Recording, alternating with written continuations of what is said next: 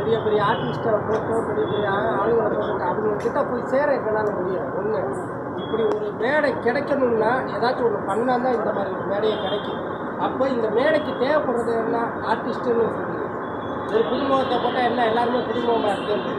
ஒரு சின்ன சின்ன ஆர்டிஸ்ட்டு எவ்வளையோ பேர் இன்னும் உழைப்பான இருக்கிறவங்க திறமையான இருக்கிறவங்க எக்கச்சக்கமான பேர் இருக்காங்க.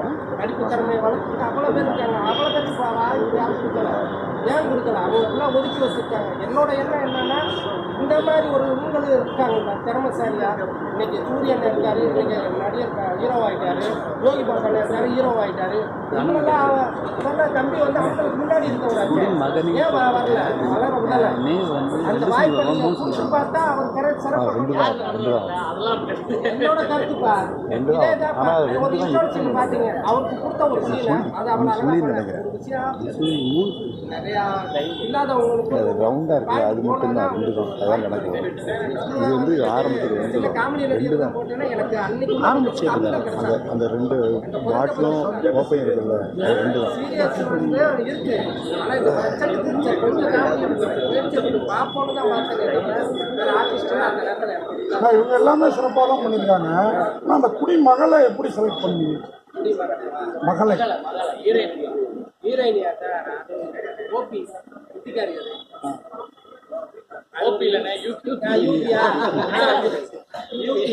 அது ஒரு ஹிந்திக்காரி. அப்போ வந்து வாய்ப்பு கேட்டப்ப என்னட்ட அது வந்து இப்போ பாக்ஸர் வேற தங்கப்பதக்கம் வாங்கி பாக்ஸரை பண்ணிட்டு அதனால தான் நான் அந்த பொண்ணை போட்டேன்.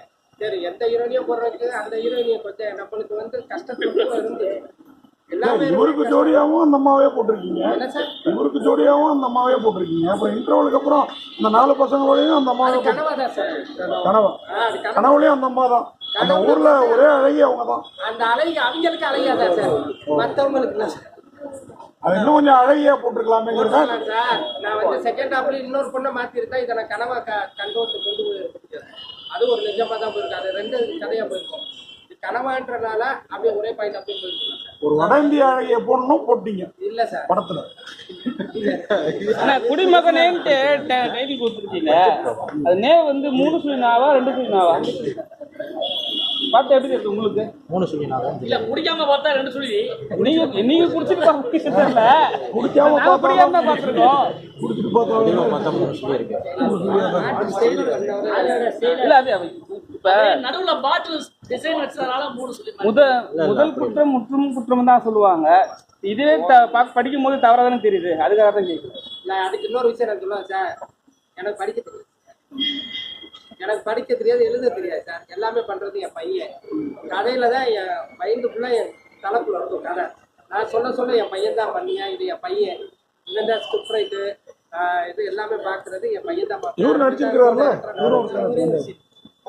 பையனை தான் போட்டோ எடுத்தா வாங்கியிருக்கேன். அதனால வந்து எனக்கு படிப்பு அவ்வளவா தெரியாது.